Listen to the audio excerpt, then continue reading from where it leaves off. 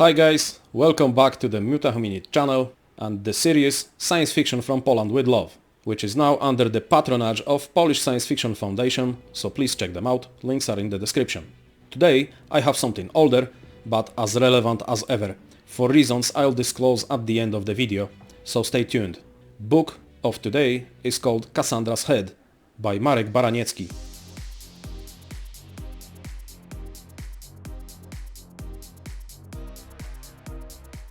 Marek Baraniecki is not only a science fiction writer, but also a journalist and environment engineer. He made his debut in 1983 with a strong entry, the story Karl Goro Hour 6 p.m. in the monthly magazine Fantastica. It turned out that his debut was recognized as the best story of the year by the same magazine. The following year, he gave up his professional job in favor of writing and soon published a collection of stories called Cassandra's Head, named after the novella I will talk about today. It's so good that author received well-known Janusz Zajdel Award for it. Based on Cassandra's Head, there was a radio drama created, broadcasted on Polish radio channel 3. A theatrical performance was also produced, and there were even attempts to adapt it for the big screen, but due to the political regime at the time of publications and issues with censorship, it never came to fruition. As a result, the author unfortunately abandoned writing and returned to professional work. Since then, 2 more editions of stories have been released, each expanded with new additions compared to the previous ones, but we will focus on this one, in my opinion exceptional among the others, namely the titular Cassandra's Head. For younger readers, allow me to outline the historical background in here. 1980s were a period when the emotions from Cold War had somewhat vanished. However, to think that a problem of nuclear holocaust has been gone since then is a mistake. The arsenals of global powers still exist. More countries are joining the ranks of holders of this deadly weapon, and the nature and actions of world leaders do not allow for its complete disarmament. It should be noted that we have already been on the brink of the end of the world several times, completely by chance, simply because such weapons exist. In the 1950s, a flock of birds detected on radar was mistaken for a Russian bomber. Meteor showers and radar echoes from the moon were also interpreted as incoming enemy aircraft, triggering alarms and mobilizing military base crews for combat. In October 1962, a guard at a military base in Wisconsin, USA, noticed a dark figure climbing over a fence. He fired a warning shot, raised the alarm, fearing it was the start of Russian invasion. It should be mentioned that just 11 days earlier, the Americans had learned about the existence of nuclear missile silos off their own coast in Cuba, and were more frightened than ever before. In the nearby Volk Field Air Base, someone pressed the wrong buttons, and instead of the standard alarm, the sirens announcing a combat alert were activated. The pilots rushed to the planes, armed with warheads and prepared for takeoff. The takeoff was halted at the last moment by a truck speeding down the runway, driven by a quick-reacting officer. There were many more such cases. In the film description I'll leave you a link to an article where you can read about it. Through stupid mistakes and errors by humans or equipment, the world has been on the brink of nuclear war so many times that the fact that it hasn't happened yet could be considered a miracle. Unfortunately, this miracle did not happen in the world of Theodor Hornitz. A terrible war broke out, in which not only the power of nuclear warheads were used, but also chemical ones. The devastation affected most of the Earth, leading to a rapid magnetic pole shift of the planet, and even a change in the direction of its rotation, igniting a series of powerful cataclysms. The planet's climate has changed, and the few communities that managed to survive are now separated by thousands of kilometers and contaminated zones.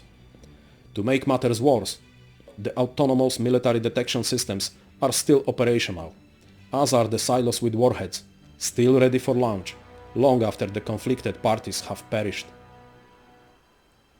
Dressed in a tiger skin, Theodor goes hunting and sometimes observes exotic birds that due to climate change have reached Poland. He constructs traps, acquires fresh foods and generally leads a rather peaceful life in the valley where he guards the airport. He takes care of it, makes repairs so that a lost pilot or envoy from another continent has a place to land and replenish supplies. Rarely, life is sweetened by the landing of a plane and the meeting with a representative of one of the few enclaves of humanity that, like him, survived the tragic war.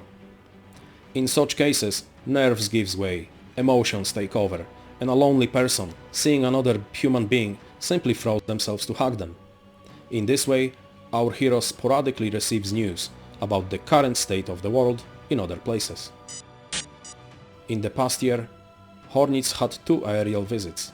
Once it was the Russian Vasily on a MiG-52, and the other time it was the Indian Mishra on a Phantom 124. And they were the only people he saw during that time.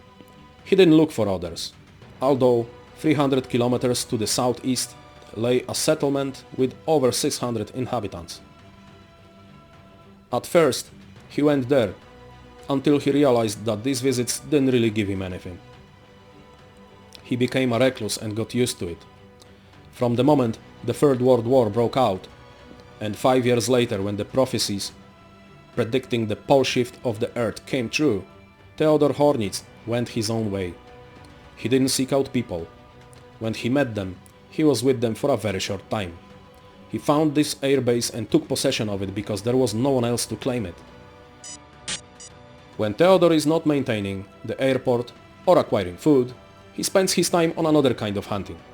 He tracks and disarms still active warheads, which are plentiful in the jungle that has grown in Europe. He is so good at it that among the survivors, he has earned the title of the Great Hunter. From time to time, Theodor Hornitz travels hundreds of kilometers to visit the small communities.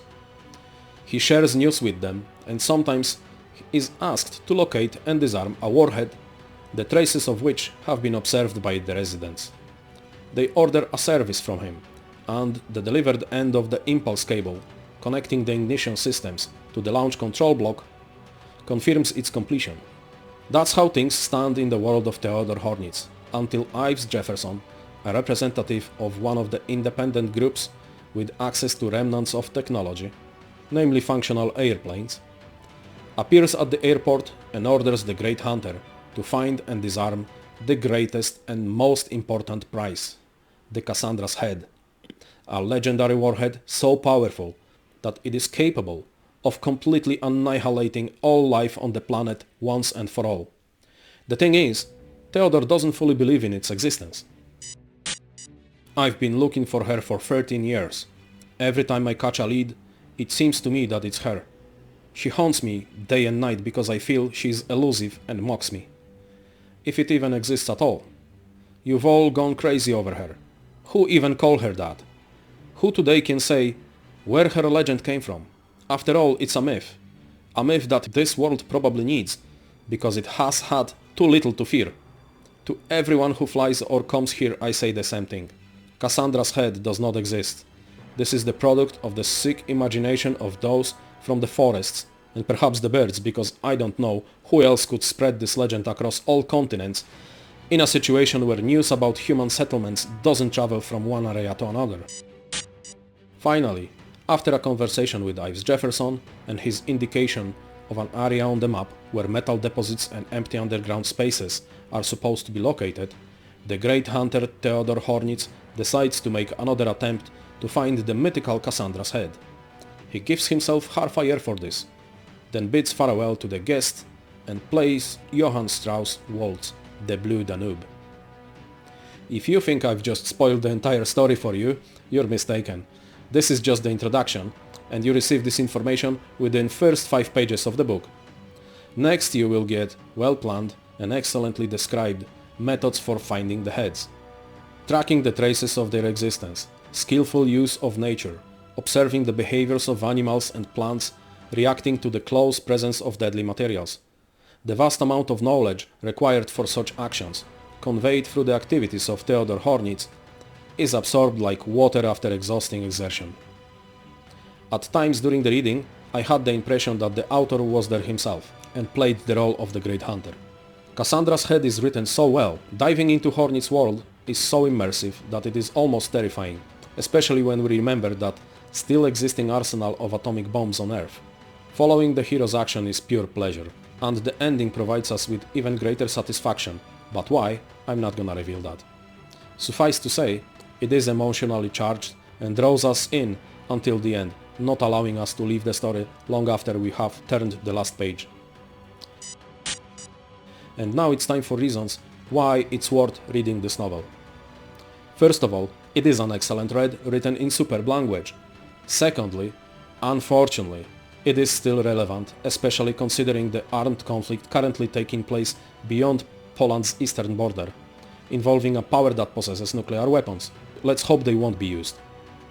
Thirdly, the most pleasant and important thing is that a group of people has come together who currently want to adapt Cassandra's head into a movie. A fundraising campaign is underway, and I am leaving the link to the project's page in the video description. I encourage you to support this noble project, and once again, I recommend reading Cassandra's head. That's all for today, my dear friends. Don't forget to click that like button, share the video with your friends and on social media. This way you'll support the channel and help me grow it. Take care and see you in the next video.